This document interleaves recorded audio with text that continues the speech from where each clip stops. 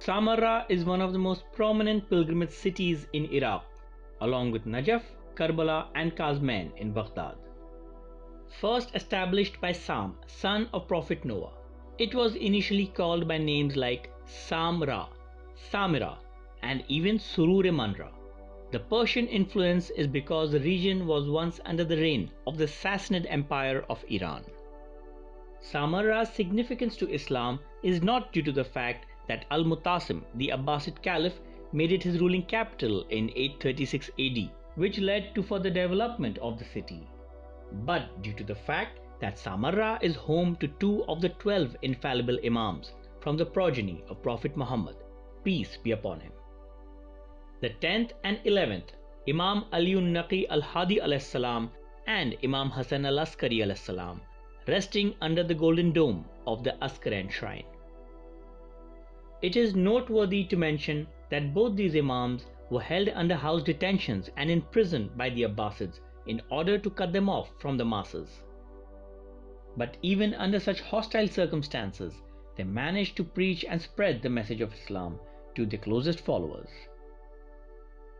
In 2006, Samarra made international news when on the morning of 22nd February, 2 bombs went off within the precincts, damaging the dome and the mosque. There are lots of conspiracy theories behind the attack, but the shrine has since been restored and the pilgrims have returned. Samarra is also the birthplace of the 12th and final holy Imam, Imam Mohammed ibn Hassan, whom we all know as Imam al Mehdi alayhis salam. And today's documentary is about a lady who was the eyewitness to his birth. You will notice 4 graves within the zari of the holy shrine. That of Imam Ali Naqi al-Hadi a.s., Imam Hasan al-Askari a.s., the father of Imam al Mehdi a.s., Bibi Khatun salamul alayha, the mother of Imam al Mehdi a.s., and last but not the least, Bibi Hakima Khatun salamul alayha, who is the subject of this documentary, the 24th of the Lost Legends series. So who is this lady buried under the dome? Allow me to give you a thorough introduction. Bibi Hakima salamul alayha is a daughter of Imam Mohammed Taqi al-Jawad a.s., the 9th Shia Imam, who is buried in Kazman. She had 2 brothers and 4 sisters. Her eldest brother, Imam Ali Naqi al-Hadi a.s., is buried with her under the golden dome of Samarra. Her second brother is Imam Zadeh Musa al-Mubarriqa in Qum, Iran, the father of the Rizvi Sayyids and the man who built the first dome of the shrine of Imam Ali Raza a.s. in Mashhad. Her sister Bibi Zainab salamul alayha, who is the first lady to build the dome of the Qum shrine, is buried besides Bibi Fatima al-Masuma salamul alayha under the very dome. 2 of her sisters, Bibi Umame salamul alayha and Bibi Khadija salamul alayha, are buried along with their brother Imam Zadeh Musa al-Mubarriqa in the Chehl Akhtaran shrine of Qum. While her youngest sister Bibi Fatima salamul alayha, also known as Bibi Zubaydah Khatun, is buried in the hills of Naragh in Iran, a documentary that I have already released. Contrary to popular belief, Bibi Hakima Khatun is not the aunt of Imam al Mehdi a.s. Rather, she is the aunt of his father, Imam Hasan al-Askari a.s.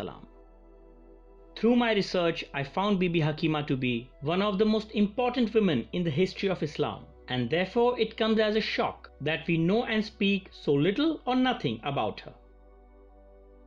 The name Hakima is derived from the word hikmah, meaning wisdom. She was born between 213 to 220 Hijri and lived to see the period of 4 Imams. Renowned for her knowledge, Bibi Hakima salamul alayha was deputed by her brother Imam Ali Naqi alayhi salam for the training and guidance of Bibi Narjis Khatun salamul alayha. It has been narrated that she warmly hugged Bibi Narjis Khatun salamul alayha for long when she was first introduced as a wife of Imam Hasan al-Askari alayhi salam. She has also narrated hadiths with respect to this marriage. Despite being elder, her brother Imam Ali Naqi alayhi salam never called her by her name. Rather, he addressed her as a daughter of the Prophet, peace be upon him, the same way Imam Zainul Abidin alayhi salam addressed his aunt Bibi Zainab bint Ali salamullah alaiha. Such was the status of Bibi Hakima Khatun that whenever she visited her nephew Imam Hasan Askari alayhi salam, Bibi Narjis Khatun, out of reverence and respect, always proceeded to remove her shoes and socks. That was until Imam Hasan Askari alayhi salam invited her to his home on the night of 15th Shaban 256 Hijri and informed her about the birth of the Hujjah that Allah would manifest on that blessed night. Do keep in mind that the location of the shrine used to be the home of the Imam. When Bibi Narjis Khatun addressed her as Sayyada and proceeded to remove her shoes, Bibi Hakima stopped her and said, "From now on, you are the Sayyada of my family. For tonight, Allah the Exalted will bestow you with a son, who will be a master in this world and the hereafter." Bibi Hakima was a renowned narrator of traditions. Perhaps her most important narrations were regarding the birth and early days of Imam al Mehdi alayhi salam. For those of you who are unaware of Imam al Mehdi alayhi salam, let me tell you in brief who he is. He is the 12th divinely appointed Imam from the progeny of Prophet Muhammad, peace be upon him, and 9th from the progeny of Imam Hussain alayhi salam. He is the Hujjah of the modern era and the Qaim of the Ahl al-Bayt. He is the one who, as Prophet Muhammad said, will rise and fill the world with justice, just as it had been filled with injustice before. The leader who will bring social reforms and peace to every corner of the world. The teacher who will complete all knowledge and sciences. He is the Imam who will create a world state and make the ruling nations pay for their crimes against humanity. Keep in mind that Imam Hasan Askari alayhi salam was living under house detention, with spies employed to keep track of his movements and women employed to inform of the coming of a child. Bibi Hakima says that Bibi Narjis Khatun showed no apparent signs of pregnancy, like Bibi Yokabed, the mother of Prophet Moses. That was because the Pharaoh was cutting the abdomens of pregnant women in order to find and kill Moses. In the case of Imam al Mehdi alayhi salam, the danger originated from the Abbasid caliphs, who were well aware of the prophecies about him and that he would bring down the unjust empires of his time.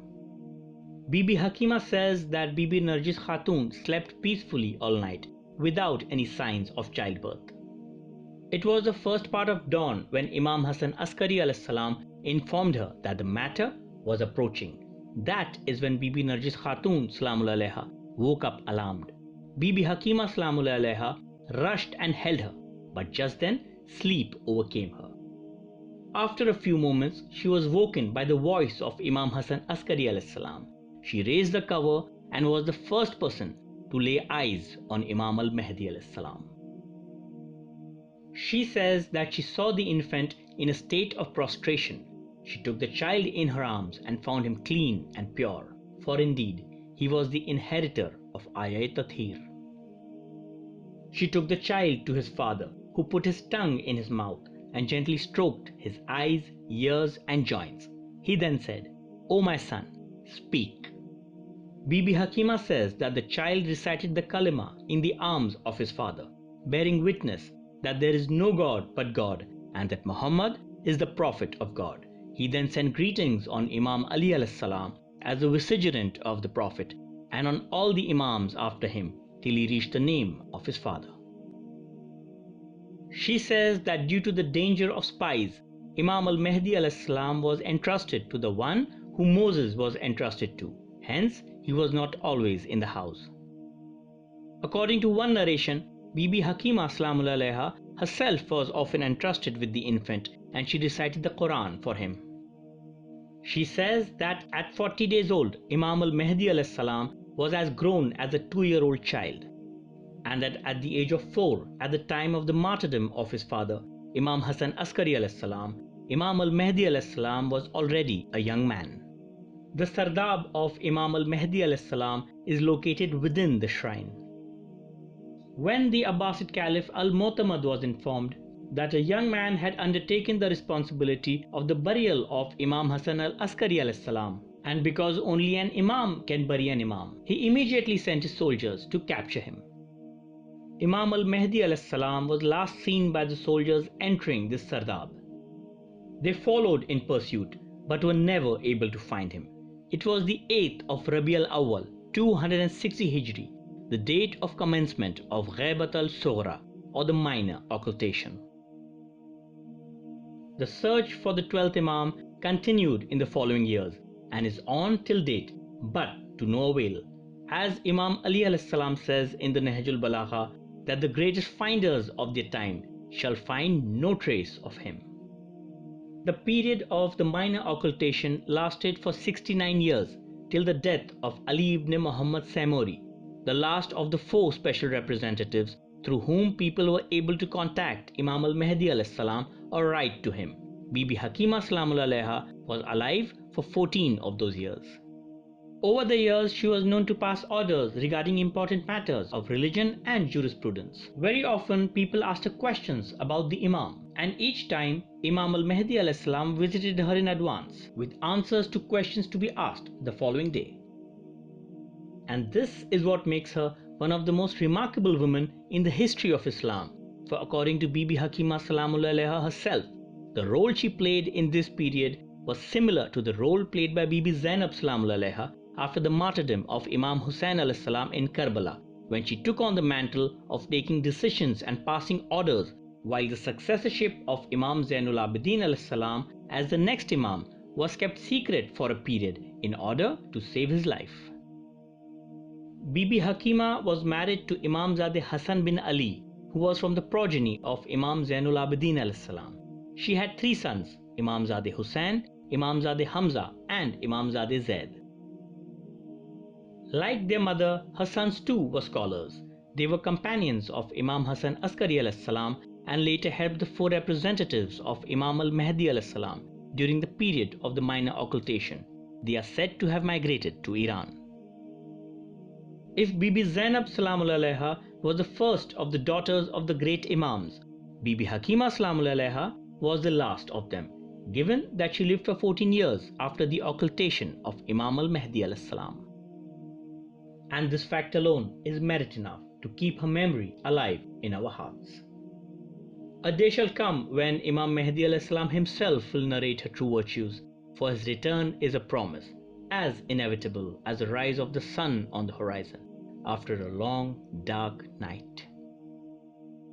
Some of the other personalities buried in the Askaran shrine of Samarra are Bibi Samana Maghribiya mother of Imam al Naqi and Bibi Hakima Khatun Bibi Hadisa mother of Imam Hassan Askari and grandmother of Imam al Mehdi Imamzade Hussain Akbar and Imamzade Jafar, sons of Imam al Naqi and Hazrat Abu Hashim Jafri, a descendant of Janabe Abdullah bin Jafar Tayyar salam. Salams to all. Ya Mawlana, ya Sahib al-Zaman, al-Ghawth, al-Ghawth, al-Ghawth, adrikni, adrikni, الساعة الساعة الساعة العجلة